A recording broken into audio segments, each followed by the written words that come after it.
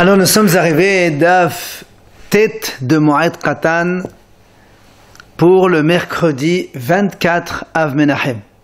Donc d'Af Tet de Moed Katan, nous sommes arrivés à la 9e grande ligne du Daf Tet, Maïd Arosh. Alors on a expliqué donc hier que les bénis Israël, lorsque Shlomo Amelech a fêté l'inauguration du Beth Amikdash, ils ont fait 7 jours de fête, plus 7 jours de fête, donc 7 jours avant Hag HaSukkot, plus 7 jours de Hag HaSukkot.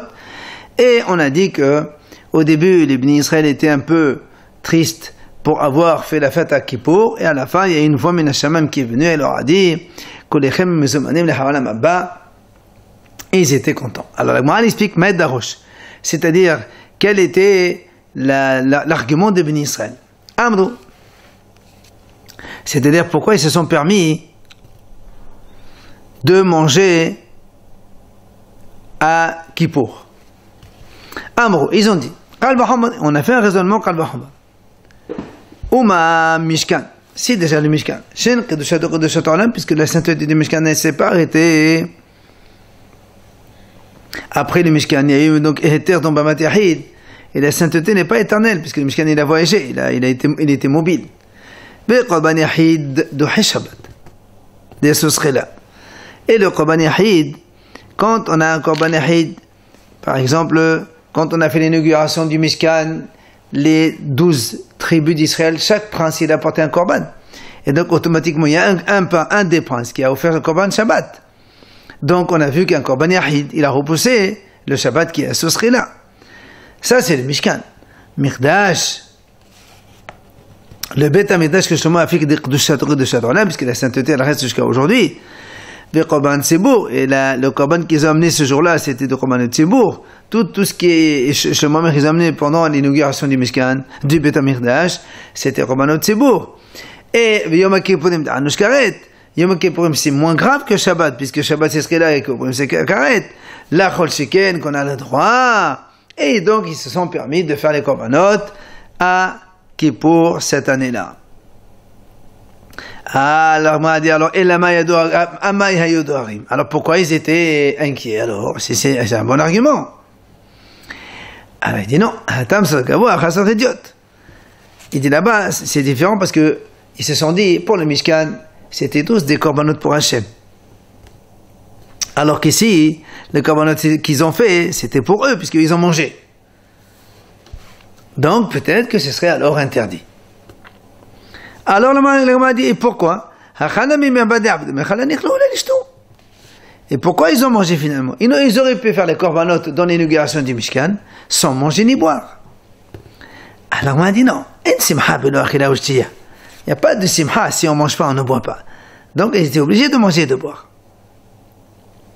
Maintenant le Gemara dit, au Mishkan de Dahi Shabbat Medalan, qui t'a dit que pendant les 12 korbanot des princes qu'ils ont amené à l'inauguration du Mishkan, que ça a repoussé Shabbat.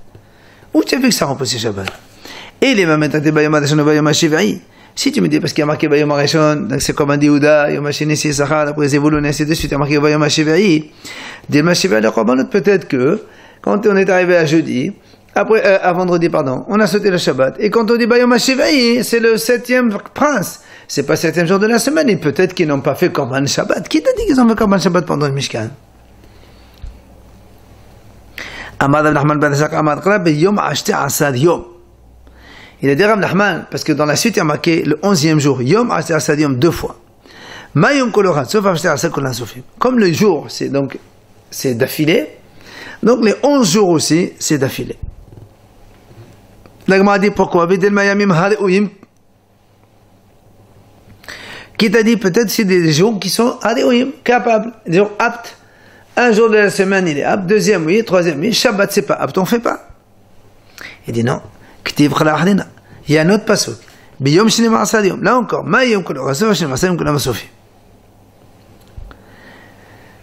Comme Yom, c'est donc d'une seule traînée, eh ben, les 12 jours aussi d'une seule traînée, il n'y a pas de coupure au milieu. Alors, on va reposer la même question. Et peut-être que là aussi c'est pareil. D'accord, les jours d'affilée, mais ceux qui sont aptes, ceux qui ne sont pas aptes, ils ne sont pas comptés. Alors là, on dit non. Pourquoi on répète 11e jour et 2e jour? On n'a pas besoin de ça. Donc un c'est pour dire la souf et l'autre pour dire même Re'oyim ou même le Re'oyim. Alors maintenant on dit au Mikdash c'est Yom Kippurim Minalhan. Et qui t'a dit que le bénissage pendant le Mikdash, quand ils ont fait le Gashim de Mikdash, ils ont fait 7 jours de fête. Qui a dit qu'ils ont fait les korbanot et la fête pendant Kippour? Peut-être qu'ils ont jeûné à Kippour. Et les si tu me dis parce que c'est marqué 14 jours, là aussi, je peux te dire que c'est des jours qui sont aptes. Et donc Kippour, il n'est pas apte, ils n'ont pas fait la fête. On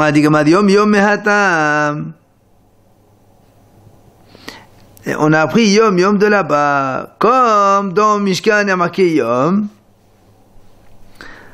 Alors, donc comme dans Mishkan, il y avait les 12 jours qui étaient des soufim successifs, chez nous aussi, là, il y a marqué Al-Barasal Yom, là aussi c'est successif. On a vu dans la suite qu'une voix Minasham elle est sortie. Alors a dit Kulechem, Mizumanim, les Hayon, tous les bénis Israël, vous êtes donc garantis pour le monde futur. Qui t'a dit que finalement Hachem leur a pardonné? Détané ta Halifa, marqué ta Halifa est enseigné. Bayom Hachem Neshida Hatam Vachot Amelech Vachot Semahemot Belema Kolat Vachasa Hachem le David Abdou Salamo. Le passage il dit le 8e jour, le roi Shlomo il a renvoyé le peuple, ils sont tous partis. Donc à leur maison, heureux et au Vélev, à tout ce que le bien, ce que Hachem l'a fait à David Abdo et à Salamo. Allez, on décompose ce pasuk.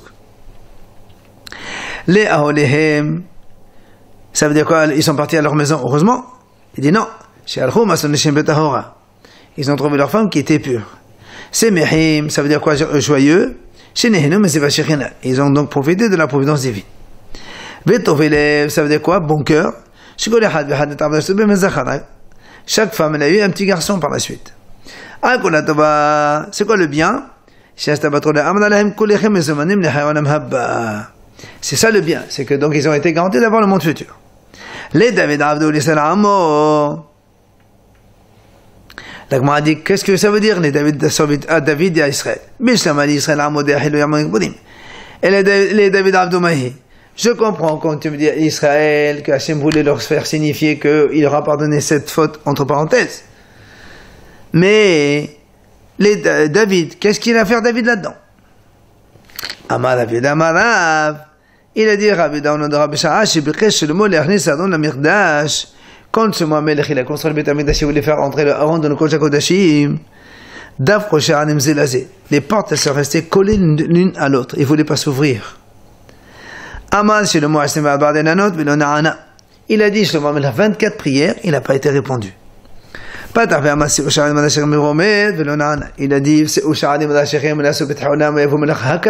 donc le misbah de Tehillim, et il n'a pas été répondu.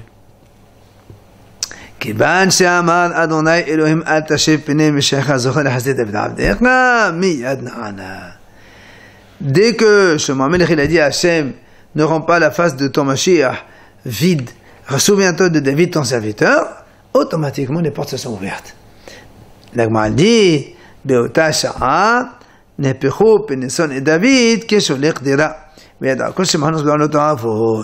À ce moment-là, tous les ennemis de David qui le critiquaient pour ce même péché de Bathsheba, ils se sont tous, évidemment, retournés, et ils ont compris que Hachem lui a pardonné cette faute-là.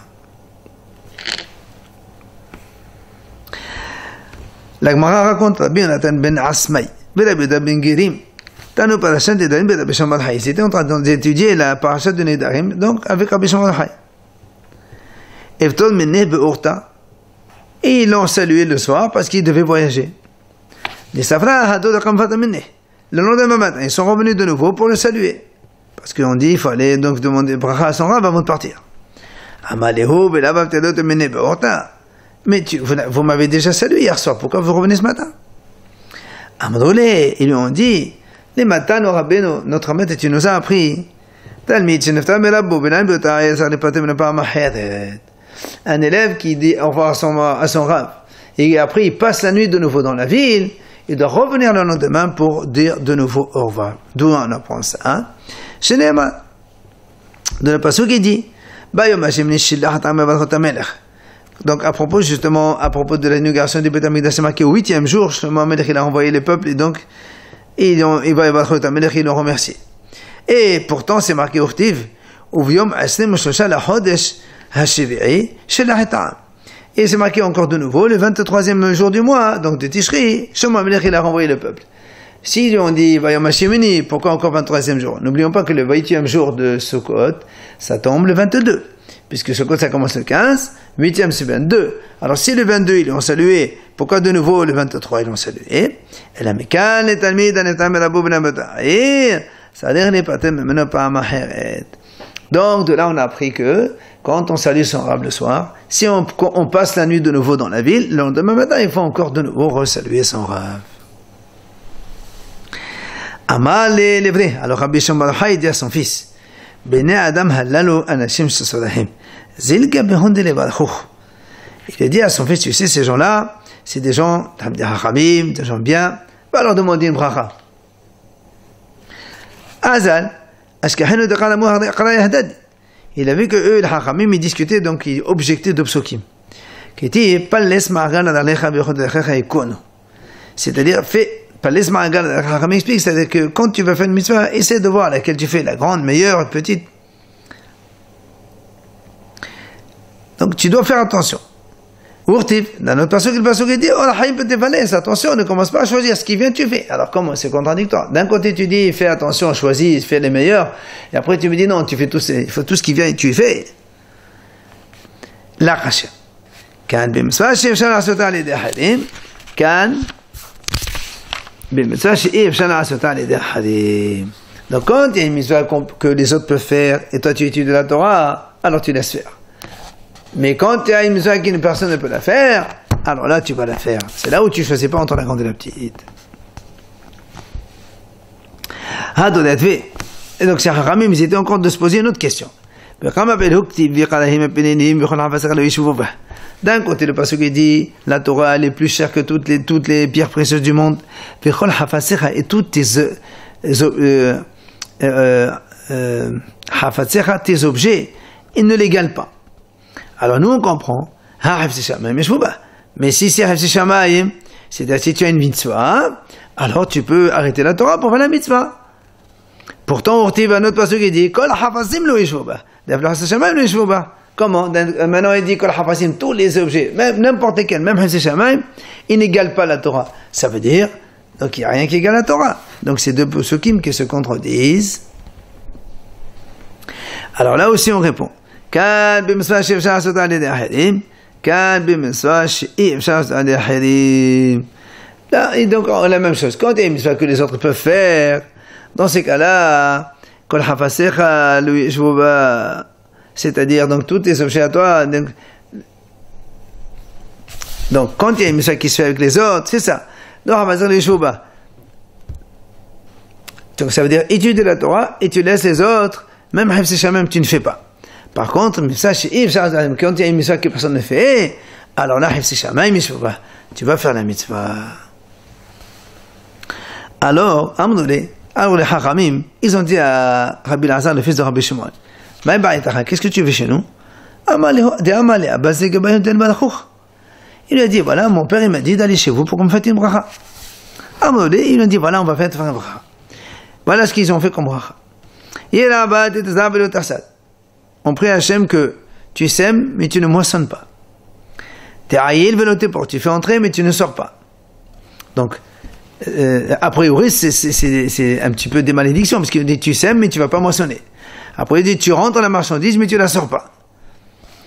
Après, tu portes la terre, tu fais sortir, mais tu ne rentres pas. Ça veut dire que tu n'arrives pas à vendre ta marchandise, ou à prendre de l'argent.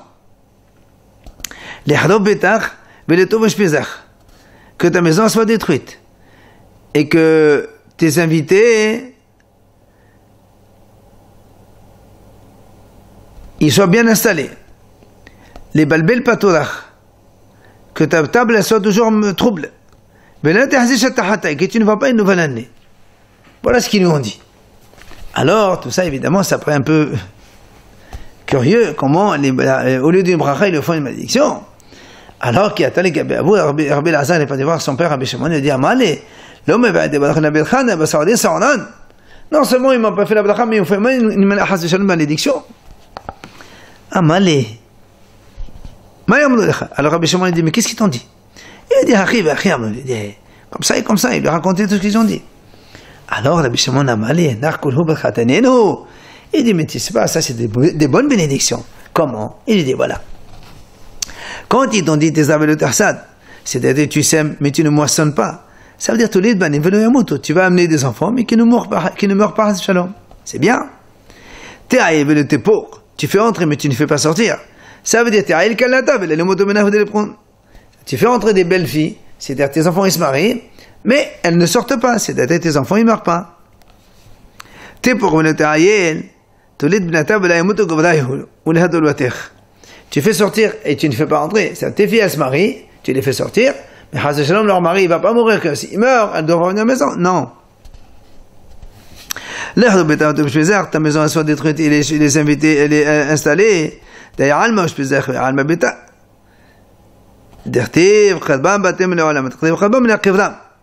Quand ils lui ont dit que ta maison soit détruite et la maison donc de l'invité elle soit construite, ça veut dire en fait il voulait te dire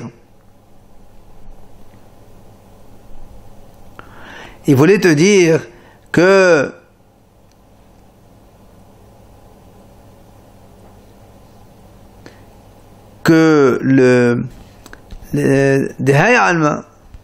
ce monde-là, c'est Ushpizach. Et le monde futur, c'est ta maison. Ce que dit Hachamim dit, le passage qui dit et on dit il ne faut pas lire Kadbam mais la Kivram. Donc le Kev, ça représente la maison fixe, la maison officielle. C'est pour ça qu'il dit que ta maison ici, enfin, bétar que ta maison elle soit détruite, ça représente la tombe, que tu ne sois pas dans la tombe. Et au contraire, il est tout bizarre. Et ce monde-là, qui est une sorte, il t'accorde l'hospitalité, et celui-là, au contraire, tu vas vivre longtemps, comme ça, tu pourras faire les mitzvot. Les valvel patorar, bevenu vnata. Ça veut dire quoi que ta table soit trouble? Ça veut dire qu'il y a toujours des enfants du bénéfice à la maison qui mettent un peu la pagaille. Ça veut dire quoi? Tu ne vois pas une nouvelle année. Là, tu as parce que marqué quand quelqu'un il épouse une femme, Shana Rishona, des bétos, tout ça. Il dit que tu n'auras pas une nouvelle première année, enfin une nouvelle prochaine année. Ça veut dire que ta femme ne meurt pas, et après tu épouses une autre femme pour en faire encore de nouveau une nouvelle année avec elle. Donc, on voit en fait que c'est des brachot qu'il lui a fait. La biche Mohamed Halafta, Efta meni de Rav. Il voulait donc quitter Rav. Amalé, il lui a dit, son père, il va te faire une bracha. Amalé, il a abadé la teba, je l'ai été de Bayesh. Le Rav lui a dit, voilà, il y a personne que ni tu fais honte à quelqu'un, ni on te fait honte. Il a dit, son père, qu'est-ce qu'il a dit? Je sais pas, il m'a dit, tu es pas honte, tu fais honte, je comprends rien. Il a dit, Amalé, berchach, berchata, berchan. Il dit en fait il t'a fait une bracha que Hachem il a fait aussi avec cette bracha là, il a béni le béni Israël. Betanaba d'Ertiv, il a commencé une deuxième fois. Comment? C'est marqué brachatem machol vesavoir ve'elatem veromer ve'lo yevoshu amele olam udatim kabod Israël an veromer ve'lo yevoshu amele olam. Tu vois, ça c'est Hachem qui a fait la bracha d'Israël. Ve'lo yevoshu, deux fois il leur a dit vous n'aurez pas honte. Alors eux aussi, lui aussi le Rav, il t'a fait une bonne bracha. Après on a dit dans la Mishnah, une femme elle peut faire ses bijoux, ses maquillages pendant Chol HaMoed. Tano Rabbanan Chachamim enseigne. Elohen tarshite nashim. C'est quoi donc le maquillage des femmes? Kohelet, elle met donc le noir autour des yeux. Ufokeset, elle arrange ses cheveux. Umavela sedaka al panea, et elle met une crème sur son visage. Il y en a qui disent donc qu'elle fait donc elle rase en bas donc chez la femme. La femme de Rav Hasda, elle était en train de se maquiller devant sa belle-fille. Yativ Rabuna Bahana Kameda Hazab, Yativ Raman, Yavi Rabuna, il a dit Rav Hasda, le Shan le Yalda. Ah, ben, c'est qu'on a dit. Quand est-ce qu'on a dit qu'une femme, elle peut se maquiller à la moyenne? C'est les jeunes femmes, pas les vieilles mamies comme la tienne. Amale, Rav Hasda lui répond, Ha Elohim, par le nom d'Hachem, Afelo Imach, Afelo Imadi Imach, Afelo Amedet al Qibla. Il dit, même ta mère, ta grand-mère, et même si elle est 1 minute avant la tombe, la femme, elle veut se maquiller. Il dit, les Hachamim, ils disent, une femme, même âgée de 60 ans, c'est comme si qu'elle a 6 ans, quand elle entend le bruit des chants, elle a envie, elle court vite, et là aussi pour le maquillage, c'est pareil. Rabbi Yehuda Omer lo tasoud, une femme n'a pas le droit donc de mettre de la chaux. On a dit donc ça, on servait ça comme moyen d'épilation, pour enlever les poils. Les femmes elles mettaient de la chaux, et après elles se grattaient, ça enlevait les poils. Tanya, Rabbi Yehuda Omer lo tasoud, il a dit Rabbi Yehuda, la femme elle n'a pas le droit de faire ça pendant la moed. Pourquoi? Parce que c'est une éboule, c'est pas beau. Par contre, au modèle Rabbi Yehuda,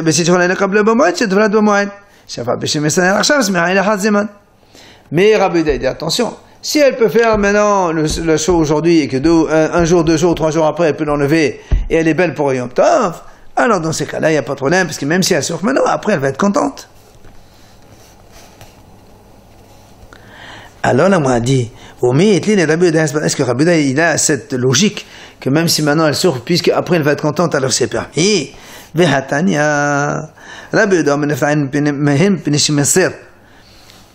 dit là-bas, dans la Meseret Avodah Zara, qu'on n'a pas le droit de faire du commerce, donc le jour de fête des Goïm, ni de leur vendre des choses, ni leur prendre des choses. On a dit, Rabbi Yehuda dit, au contraire, si quelqu'un a une dette, il peut se faire rembourser sa dette le jour de, même si c'est le jour de l'Avodah des Goïm. Pourquoi? Parce que c'est une souffrance, une tristesse pour eux les Goïm quand ils donnent les sous. Alors on a dit Rabbi Yehuda, mais non, Hachamim nous dit, mais non, même s'il n'est pas content, après un temps, quelques temps après, il va être content d'avoir enfin épuré ses dettes. Et donc tu vois bien que Rabbi Yehuda, il n'a pas cet argument, parce que Rabbi Yehuda, il a dit, on a le droit, parce que maintenant il est triste. Il ne dit pas qu'après il est content. Donc Rabbi Yehuda, il n'a pas cette notion de, même si maintenant il est triste, après il est content. Amad al-Nahman bad Ishaq, Nahne el-Chot Moed de Cholo Mesel Arshav, Besameh al-Hazman Inhu. Il dit, Rav Nahman bad Ishaq, il dit, c'est pas pareil. Le Chot Moed, donc de Chol Moed, toutes les halachot de Chol Moed, ce sont comme ça. C'est-à-dire maintenant ils ne sont pas contents, et après ils vont être contents.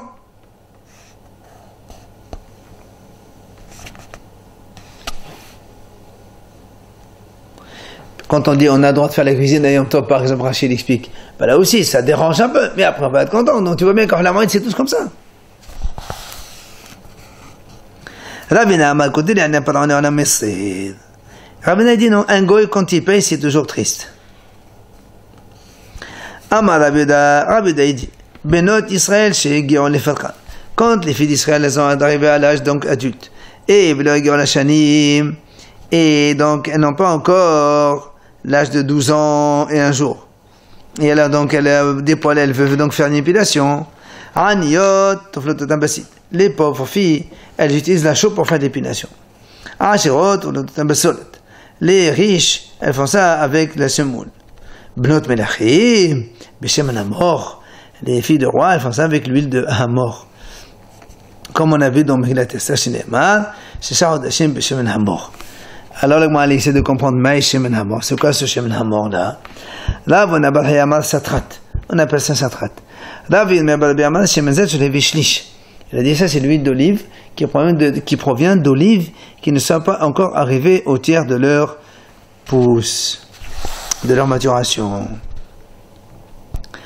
Tanya, Rabbi Yehuda, on appelle Pirkinon Shemen Zet sur les Vishlish. Rabbi Yehuda, il dit, un Pirkinon, c'est ça. C'est l'huile d'olive qu'on a pris à partir de olives qui ne sont pas arrivés au tiers de leur maturation. Mais là, pourquoi on l'utilise pour s'enduire? Parce qu'il fait tomber les poils donc et il a raffermi la peau. C'est un peu toutes les crèmes d'aujourd'hui que l'on vend. Rabbibi, il avait une fille. Tafla Ever. Elle a fait donc justement une épilation membre par membre, le bras après l'autre bras, la jambe, l'autre jambe. grâce à ça, il a pu, donc elle est devenue très belle, et il a pu avoir 412% pour sa dot. Il y avait un goy qui était voisin de lui. Il avait aussi une fille. Qu'est-ce qu'elle a fait? Elle a tout fait, elle a mis de la chaux donc de partout dans son corps, et en une fois, et elle est morte après cela. Amar, Katla Bibi Lebrati. Il a dit, c'est à cause du bébé qui a tué sa fille à lui. Enfin, vient Amar Rab Nahman. Rab Nahman, il dit, Rabbi Bibi Deshat Shechra, Ba'yan Ibnati Tafla. Un l'un des Deshat Shechra, la Ba'yan Ibnati Tafla. Il dit, Rab Nahman, Rabbi Bibi, comme lui, il boit de l'alcool. C'est pour ça que ces filles, elles ont des poils, elles ont besoin de se faire épiler. Nous, on ne boit pas d'alcool. Nos filles, elles n'ont pas besoin de se faire de l'épilation.